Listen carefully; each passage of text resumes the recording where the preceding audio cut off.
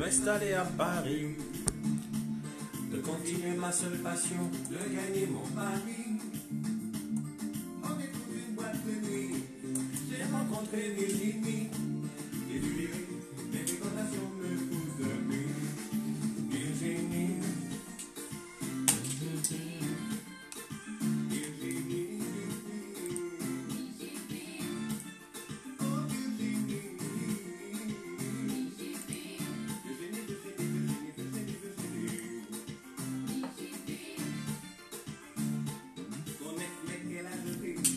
décidé d'emmerder, de la persécuter, a tout fait pour l'énerver.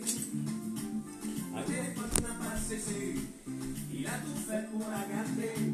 Dans les bras de famille, elle est venue se réfugier. Quand on sort une con, il faut la respecter.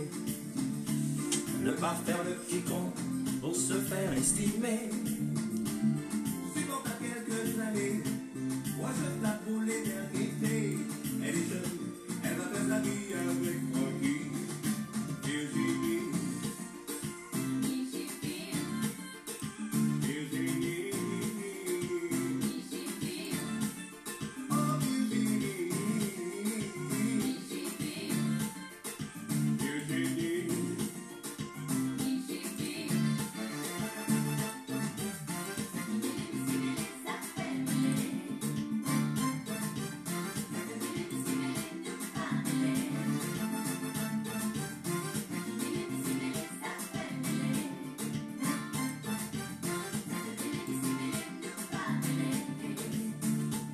Il a tout fait pour nous éloigner. Il a tout fait pour nous dégoûter. À y retour à la violence, aux menaces, aux manigances. Ça n'a pas marché, ça nous a plutôt rapprochés. Elle a signé un contrat avec son petit Francky. Dans quelques années, on s'installe Guadeloupe à la vie. Personne ne peut nous empêcher de vivre ce retour programmé. Tout se fait un jour, vous allez, tout se doit. Virginie, Virginie, oh Virginie. Il a.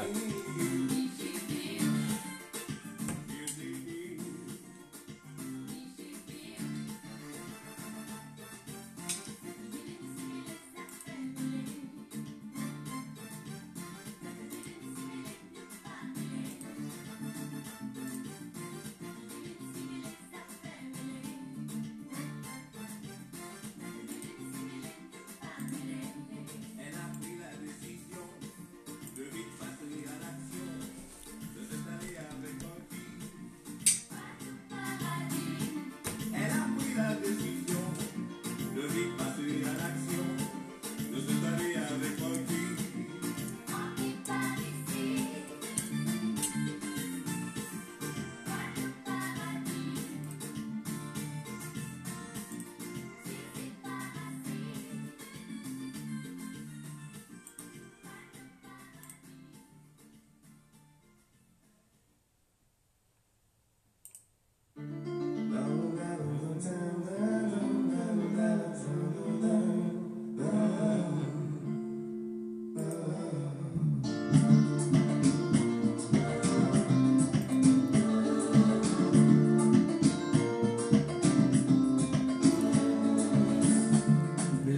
Salut, s'il n'y a personne, on va continuer à écouter de la musique parce que ce soir, c'est l'apéro.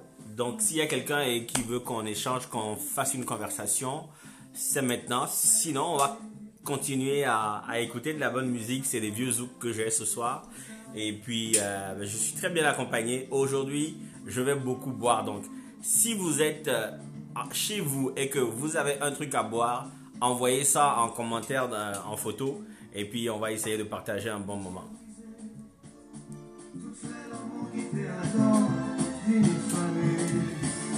Fragile, aussi fragile, nous te promettons le soleil, mais ça va.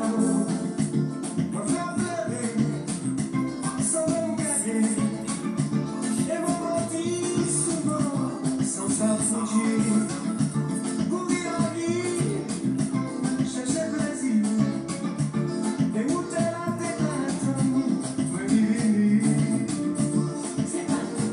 c'est pas faute moi, c'est pas faute moi, c'est pas faute moi, c'est mon cœur qui souvent te souvent tu pardon.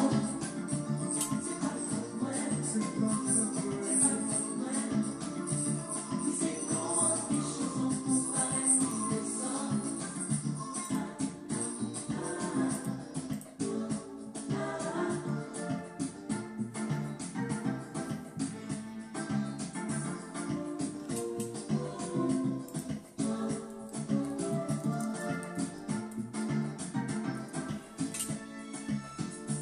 Trop tard, il vient trop tard.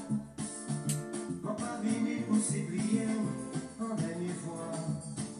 Même si mon bien envie, ça partait que ça dit à rien. Mais faut que ça, on toujours un melon. Tout seul, mon bien tout seul. Faut me payer tout ça voiture, tout mal m'a fait. Tant pis, peut-être aussi, nous pas fait pour vivre ensemble. Mais ça qui ça, moi pas volé, moi pas tué. Oui, mais ça m'a fait 1000 fois, bien plus mauvais. Regardez-moi, souris maman. Le temps qu'a Dieu les traversé, la vie qu'a continué. C'est pas faute moi, c'est pas faute moi. C'est mon cœur qui souvent juste pour un petit pardon. C'est pas faute moi, c'est pas faute moi.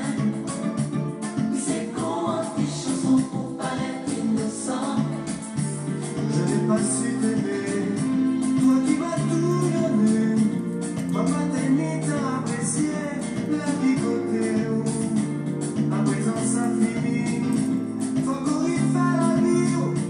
Souris, souris.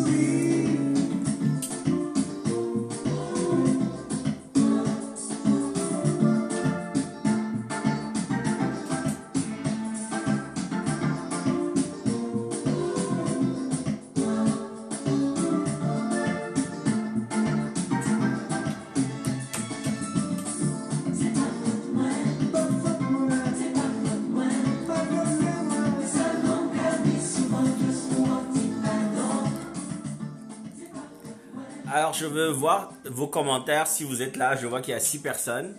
Je ne m'attendais pas à grand monde parce que c'est une nouvelle page et que le décalage aussi fait que il y a certains qui sont déjà en train de dormir à 7 heures. Mais voilà, c'est l'heure de l'apéro ici et donc je veux voir ceux qui sont encore debout. D'habitude, samedi soir, il y a beaucoup de gens qui sont debout, même en Afrique. Mais je sais qu'avec le confinement et avec tous les coins, les clubs, les boîtes de nuit, les bars qui sont fermés, vous êtes chez vous. Et si vous avez envie de partager un moment avec moi et on va essayer de discuter de petites choses. Aujourd'hui, je ne veux pas parler de sujets très très complexes, mais j'attends vos questions et puis je vais voir ceux qui sont là et qui veulent parler.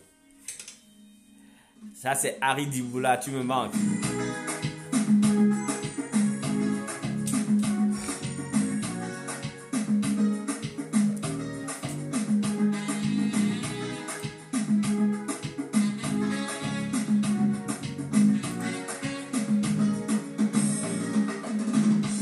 Moi ça faut nettoyer,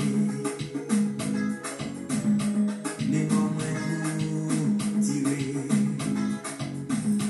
soigner le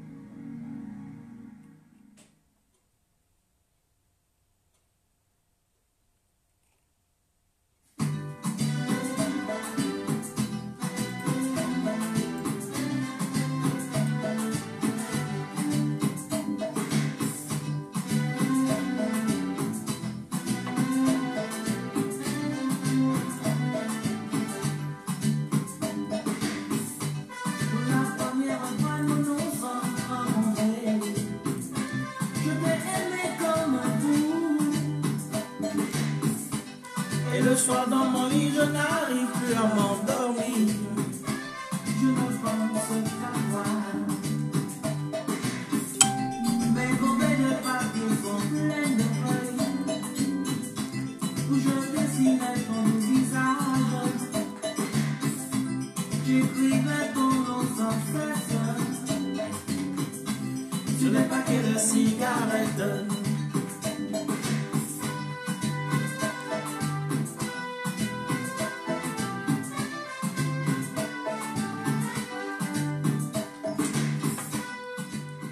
Alors, j'aimerais dire à ceux qui connaissent pas le concept d'apéro conversation, c'est un temps d'apéro où on a des conversations et je vous invite ce soir à partager un verre, peu importe l'heure, parce qu'on est tous confinés à la maison de toute façon, on va nulle part demain, les églises sont fermées et ceux qui n'ont pas appris à fréquenter Dieu en dehors des églises le dimanche, ben vous allez rester chez vous demain et puis si vous avez envie qu'on parle d'un sujet particulier, mettez le sujet en commentaire. Moi, dès que vous mettez un sujet, peu importe lequel, si j'ai un avis ou j'ai des questions à poser pour mieux comprendre, on enchaîne. Et pendant ce temps, ben, je bois et j'écoute de la musique. C'est la seule façon qui nous reste aujourd'hui de rencontrer nos amis. On ne sait pas quand est-ce que ça va finir. On parle de 12 mois, on parle de 18 mois, peut-être même plus. Tout dépend de comment le virus se propage et du temps que les scientifiques et les États vont prendre pour trouver non seulement un remède pour guérir les gens malades, mais en plus un vaccin pour éviter que les gens continuent de se contaminer. Donc pendant ce temps, on profite des moyens que nous avons à notre disposition. Si vous êtes connecté, dites ce que vous buvez en apéro ou ce que vous buvez en digestif. Parlez, posez des questions et puis on va passer le temps ensemble, d'accord?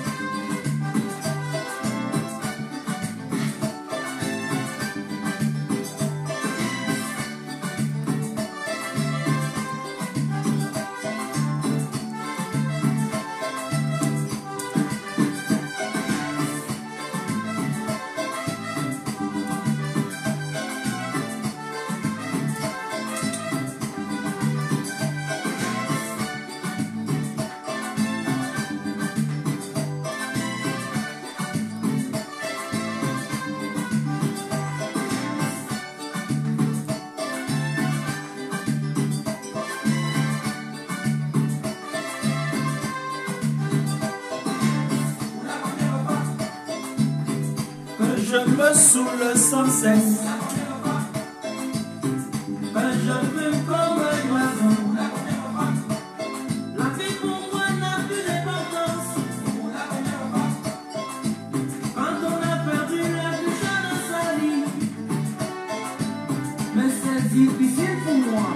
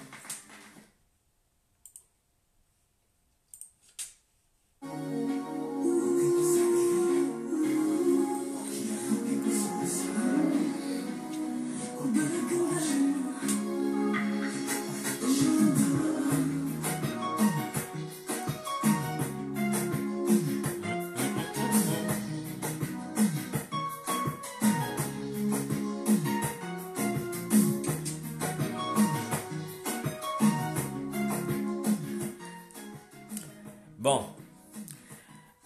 comme personne ne parle d'un sujet particulier, moi je vais encore faire part des questions que je me suis posées aujourd'hui. Et comme vous allez le deviner certainement, ces questions vont porter sur le coronavirus. Alors, cette espèce de virus qui arrive et qui met à genoux la Terre entière est en train de changer nos modes de fonctionnement. Et j'ai essayé de me demander ce matin tout ce qui est en train de changer, c'est-à-dire que notre façon de travailler, est-ce que ça ne va pas fondamentalement changer les pratiques au lendemain du confinement quand on va pouvoir ressortir à nouveau? Les gens vont être habitués à travailler de chez eux et puis c'est plus flexible pour les gens de se lever, d'avoir leur ordinateur à côté et d'interagir avec les applications et les solutions de télétravail qui existent, dont on ne parlait pas beaucoup avant, mais qui aujourd'hui sont devenues les solutions que tout le monde utilise pour continuer à être actif. Mais bon, après, je me suis posé la question de la solitude parce que, vous savez, il y a des gens qui sont seuls, qui ne sont pas en couple. Il y a des couples même qui ne vivent pas ensemble et qui vivent sur des territoires séparés. Et aujourd'hui, avec le confinement, ben, des gens ne peuvent plus se voir. Et il y en a qui ne peuvent plus se voir sans prendre de risque de se contaminer parce que avec le temps d'incubation du virus et tout ça, on ne sait pas qui est confiné, qui est contaminé et qui va le donner à l'autre. Donc, on demande aux gens une distance sociale d'à peu près 2 mètres et les gens ne se parlent qu'un minimum de 2 mètres, sauf s'ils vivent dans la même maison. Alors, ce qui va changer la situation, c'est que ben, les gens qui sont seuls vont rester seuls le temps de la fin du confinement. Et si ça dure 12 mois, 18 mois, ben, pendant ce temps, ils ne pourront pas faire de nouvelles rencontres. Ils ne pourront pas sortir pour rencontrer de nouvelles personnes et ils vont rester seuls et seuls.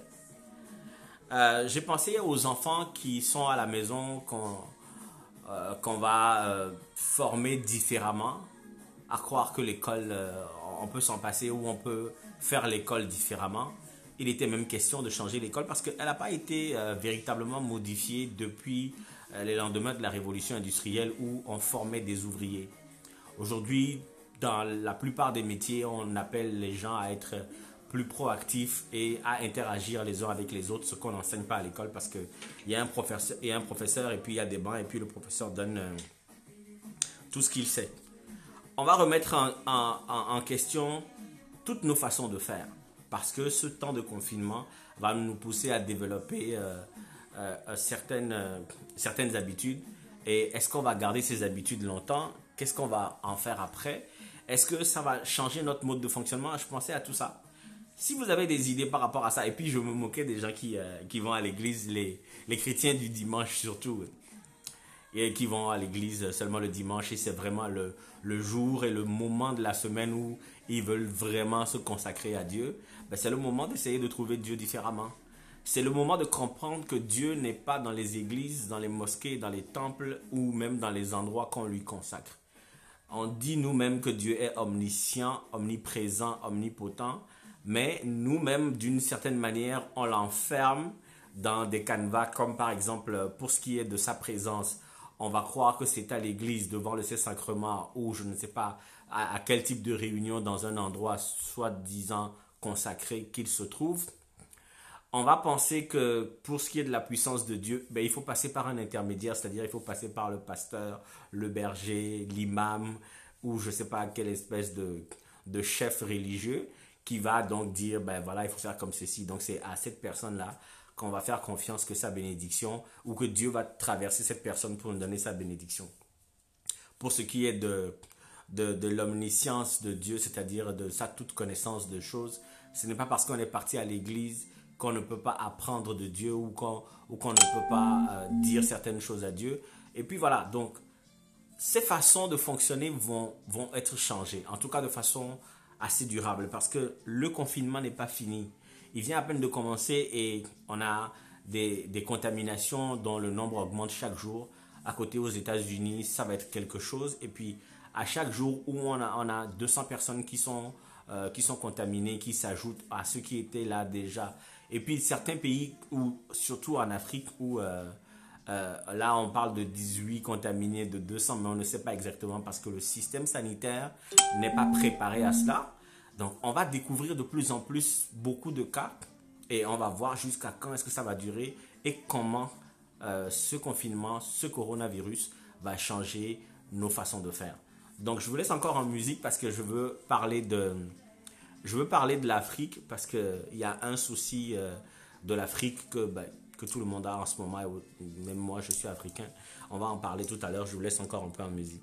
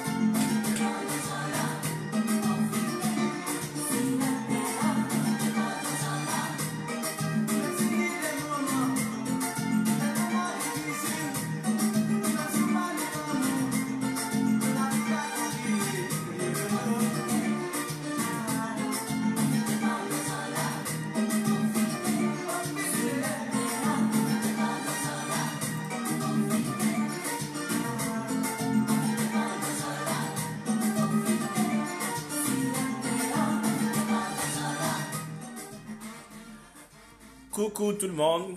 Je suis très content que ça prenne et qu'il y ait quelques personnes qui partagent sur leur page. Je suis très honoré de ce plaisir que vous me faites.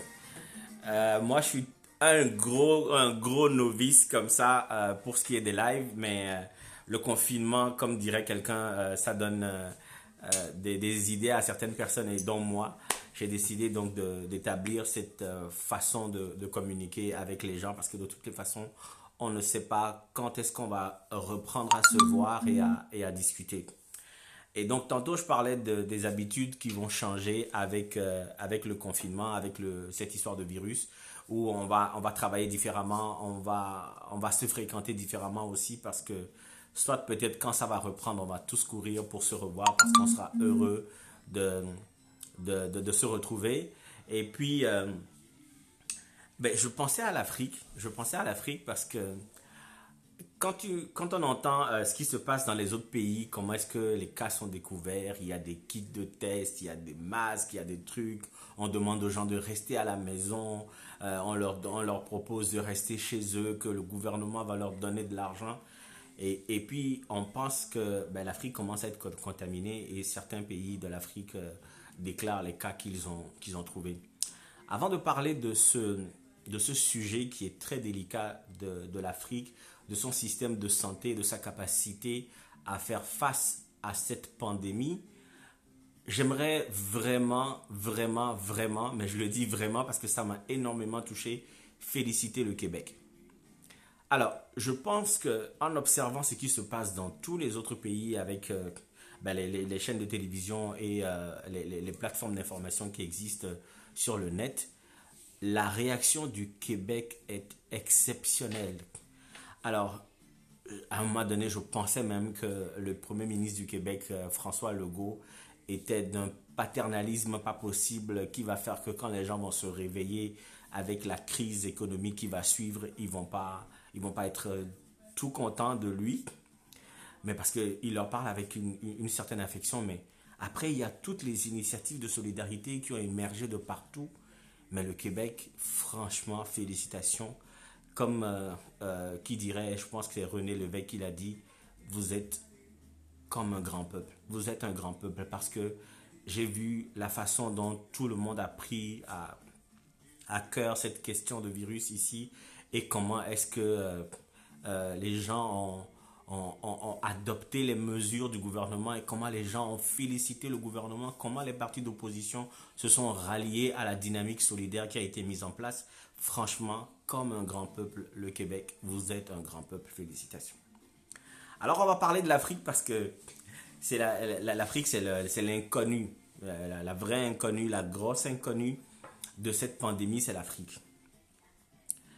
Ce continent qui a été colonisé, d'accord, tout le monde le sait, où pendant des années, avec la complicité des Occidentaux qui aujourd'hui vont sur les plateaux se plaindre que on ne sait pas avec le système sanitaire des pays africains qu'est-ce qui va se passer, tout ça. Pendant des années, vous avez pillé ce continent. Pendant des années, vous avez soutenu des gouvernements incompétents qui ont mis en place plus de systèmes de fraude que de systèmes sociaux, de santé, d'éducation. Pendant des années, vous avez extrait des ressources sur ce continent. Et aujourd'hui, ce continent fait face à une pandémie et on ne sait pas comment cela va se dérouler. Au départ, parce que la pandémie n'était pas déclarée, tout le monde disait qu'est-ce qui se passe, est-ce que c'est la chaleur, etc. Non, c'est rien, c'est juste que les hôpitaux ne sont pas en mesure de savoir comment détecter la maladie. Vous savez, en Afrique, la plupart des maladies, surtout en Afrique tropicale, quand on est malade et qu'on va à l'hôpital, tout de suite on traite le paludisme. Parce que c'est la seule maladie dont apparemment ils ont conscience. Ils traitent d'abord le paludisme avant de voir que c'est autre chose. C'est ce qui se passe, c'est ça la réalité. Et aujourd'hui, on parle d'une maladie que même les Occidentaux, les grands hôpitaux ne connaissaient pas et n'ont pas de vaccin, n'ont pas de remède et ne savent pas comment le guérir. Tout ce qu'ils font, c'est des soins d'accompagnement jusqu'à ce que les personnes guérissent ou décèdent. Et ça, ce virus-là va arriver en Afrique où il n'y a pas de système de santé. Je parle la plupart du temps des pays francophones, où la France a encouragé des dictatures pendant longtemps, qui n'ont pas su mettre en place des gouvernements sérieux, conscients du bien-être des populations. Et quand un ministre avait mal à la tête, il prenait l'avion et allait en France pour se faire soigner. Et puis, ben, les pauvres populations n'avaient ben, que les hôpitaux merdiques avec des situations très, très, très déplorables. Aujourd'hui, l'Afrique va faire face à cette pandémie. Malheureusement, ce qui va arriver, c'est que ils vont mettre un veto sur le nombre de contaminations pour ne pas affoler les populations. Donc, quand il va y avoir 190 cas, ils vont dire qu'il y en a 19. Ils ne vont pas dire la vérité aux populations. Le pire, c'est qu'ils vont demander aux populations de rester chez eux parce que ils pensent que c'est la mode en fait. Ils vont faire confiance, comme ils le disent, par exemple au Togo, au sens civique des populations. Et ils vont fermer les écoles, les entreprises, les commerces, les marchés et tout ça, sans aucun souci de comment les gens vont faire pour vivre. Sans aucune mesure d'accompagnement. Et ça, c'est le résultat de plus de 50, 60 ans, voire plus, parce qu'on peut remonter jusqu'au début de la colonisation. C'est le résultat de ce qu'on a voulu faire de ce continent. Et aujourd'hui, on va regarder, observer cette situation les bras ballants parce qu'on n'a pas mis en place de mesures d'accompagnement et on ne sait pas quoi faire. C'est-à-dire que d'habitude, quand il y a une crise en Afrique, c'est l'Occident qui envoie avec les organisations internationales des missions pour aller s'occuper de ces maladies-là, ou aller s'occuper de la famine, ou aller s'occuper des guerres. Aujourd'hui, l'Occident aussi est pris par cette pandémie. L'Occident va mobiliser les moyens. Et je vous dis, même la France et l'Italie ont besoin de la Chine et de Cuba pour envoyer des médecins ou envoyer des masques.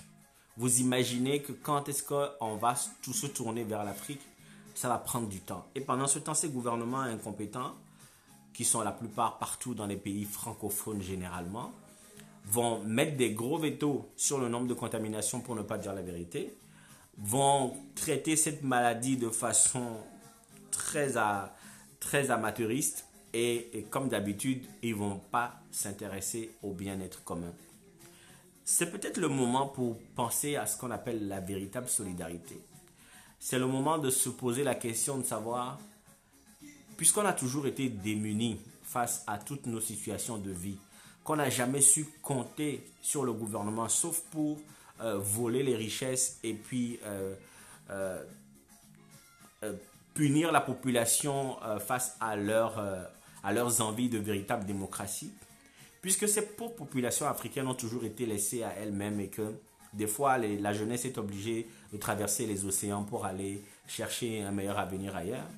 Comment faire en sorte aujourd'hui qu'on se retrousse les manches pour chercher une véritable solidarité et faire face à cette maladie parce que les gouvernements ne le feront pas.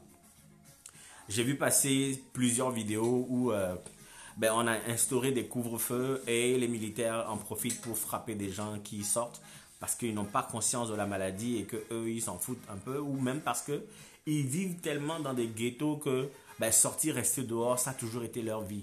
Donc, qu'est-ce qu'on fait? On les frappe. Qu'est-ce qu'on fait? On les arrête. Et puis, au lieu de sensibiliser les gens, on commence à se rejeter la faute les uns sur les autres. J'ai vu même des publications où on reprochait à des artistes de ne pas se lever et de s'impliquer dans la préservation comment on appelle ça, je pense que je dois boire à ce moment. On a reproché aux artistes de ne pas sensibiliser les populations face au virus en adoptant des gestes barrières. Et des gens se lèvent et disent restez chez vous, restez chez vous. Il y a tellement de gens qui ne peuvent pas manger s'ils restent chez eux.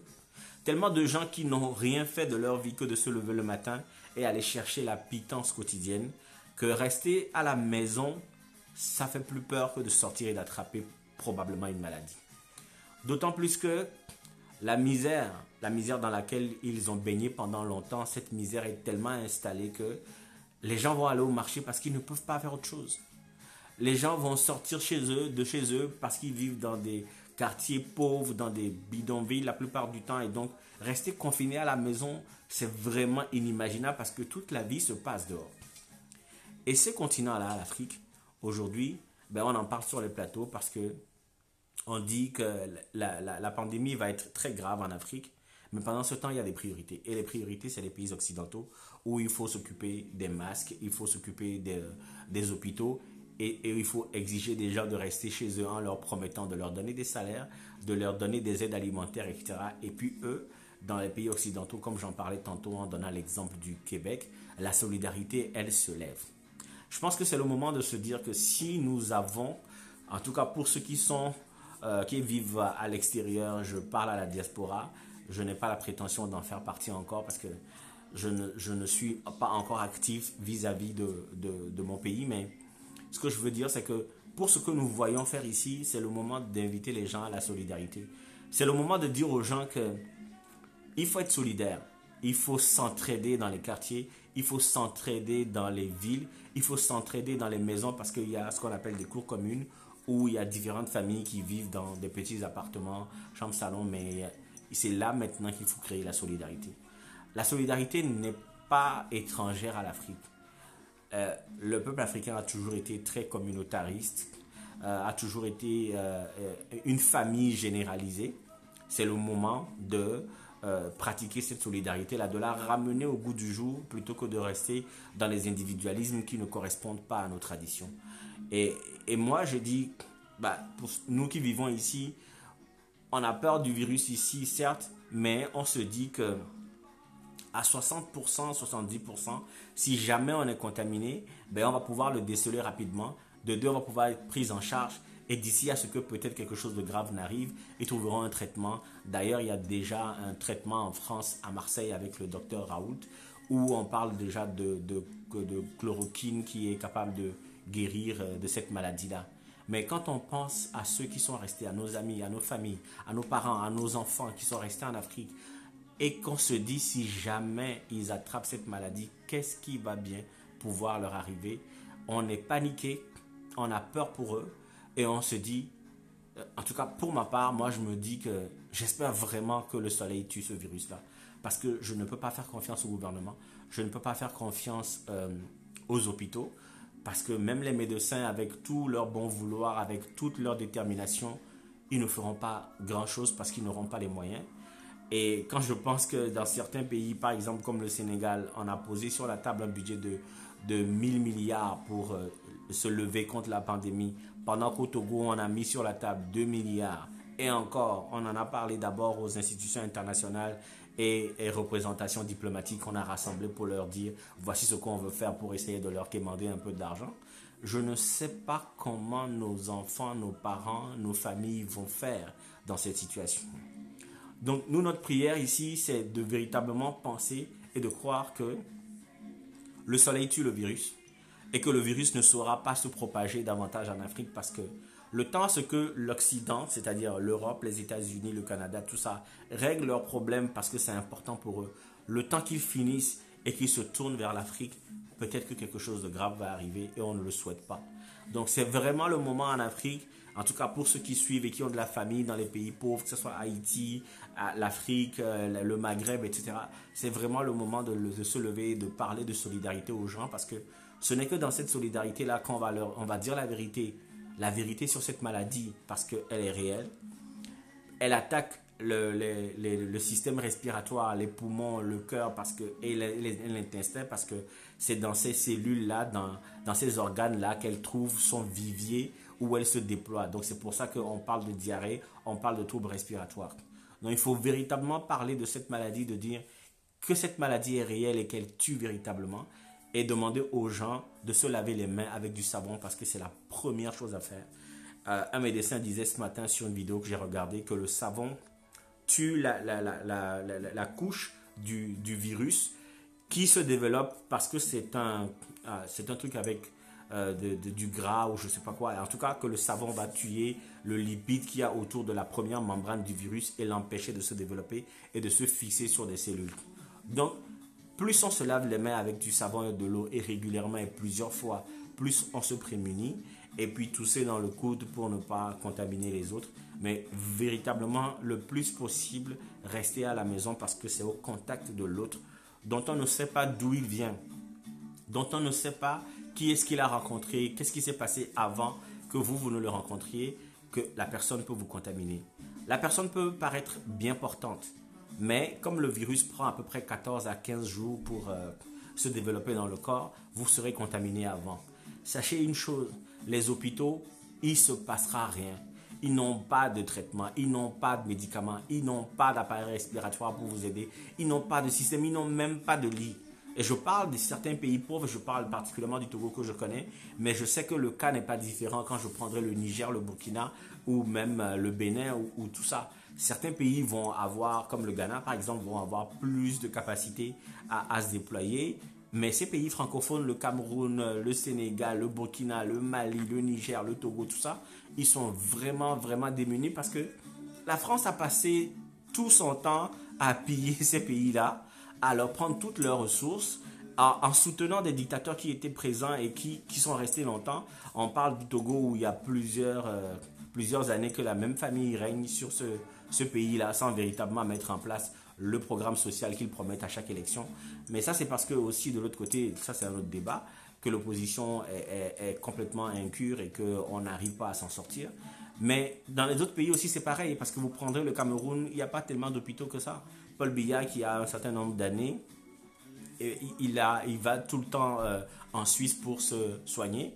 Et puis, c'est pareil pour tous les autres pays. Donc, véritablement, ce sont les gens eux-mêmes qui vont véritablement agir en donnant les bons exemples, les bons conseils et en s'entraidant. Si vous avez, comme au temps du troc, si vous avez de la farine et que l'autre a de l'huile, partagez-vous ça parce que l'État ne vous donnera rien. C'est pas comme en Occident où on dit aux gens, allez vous inscrire via Internet depuis le confort de chez vous et vous aurez de l'argent sur votre compte pour aller faire des achats. En Afrique, vous n'aurez pas ça, zéro.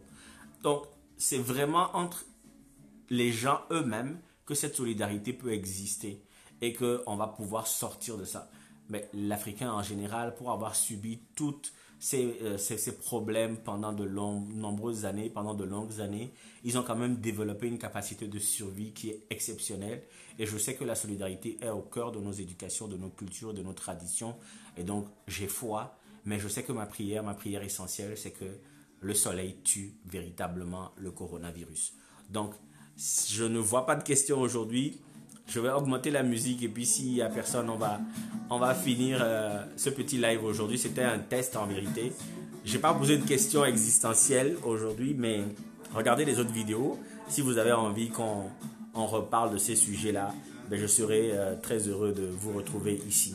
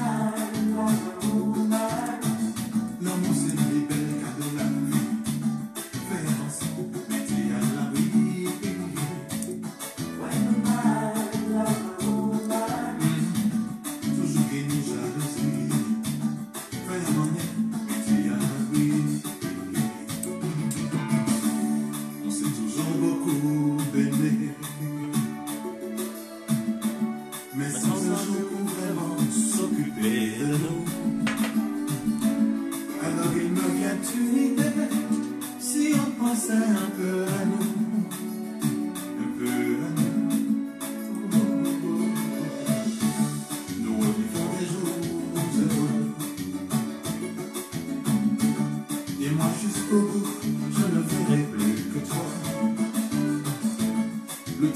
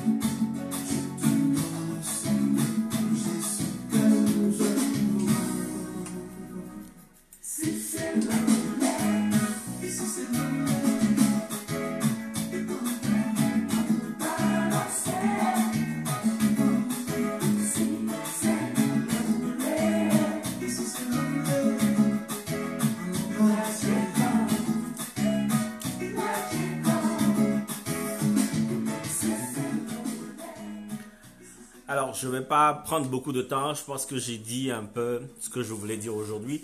Je vais garder cette vidéo sur la page. Je vais essayer de le partager sur YouTube aussi après. Donc, je vous remercie d'avoir été présent. Ça a fait plaisir. Ce qui est important, c'est de converser. Vous ne posez pas beaucoup de questions, mais en tout cas, j'essaie de partager avec vous quelques idées, quelques réflexions que je fais sur des situations qui nous touchent tous. J'ai commencé cette émission web Apéro Conversation avec un sujet sur quelle est notre mission sur Terre. La vidéo est disponible sur la page. Ensuite, j'ai expliqué le concept de cette émission Apéro Conversation, émission web en vidéo.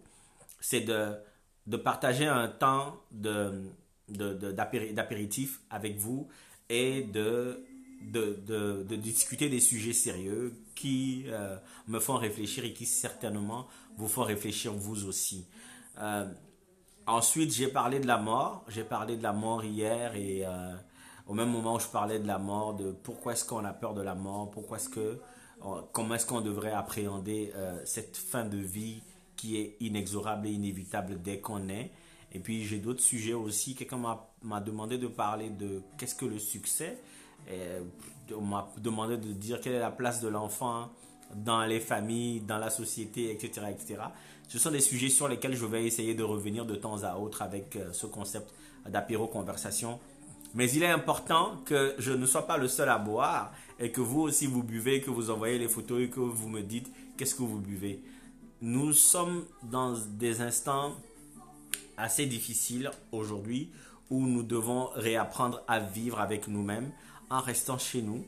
Nous devons prendre soin de nous pour pouvoir prendre soin des autres et ça c'est important. C'est peut-être l'occasion pour effectivement essayer de garder le contact tout en évitant de se voir pour ne pas nous contaminer. Donc pour moi, le choix d'être présent sur la toile, sur Facebook, quelque chose que je n'ai pas fait depuis que c'est apparu et que tout le monde le fait et que moi je regarde les autres. Mais j'ai pensé que c'était le moment où certaines réflexions que je fais tout seul dans mon appartement ou que j'échange avec des amis, que ça devienne des sujets publics sur lesquels j'interagis avec vous. Donc merci de m'encourager, merci d'aimer la page, merci de le recommander à vos amis.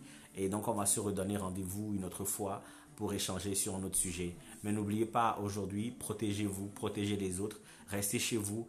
Et pour ceux qui ont de la famille en Haïti, en Afrique, au Maghreb ou où que vous ayez de la famille, dites-leur que cette maladie est véritable. Et puis pour tous ceux qui sont dans des pays pauvres comme Haïti ou dans des pays africains qui sont assez pauvres avec des systèmes de santé totalement démunis et des incompétents comme gouvernants, dites-leur que la solidarité c'est eux-mêmes. La solidarité c'est eux-mêmes qui la feront et qui feront qu'ils resteront en vie face à cette pandémie. Et puis comme je l'ai dit, prions tous pour que le soleil tue ce satané Covid-19. Pour moi, c'est fini. Je vous remercie. Passez une excellente soirée. Au revoir.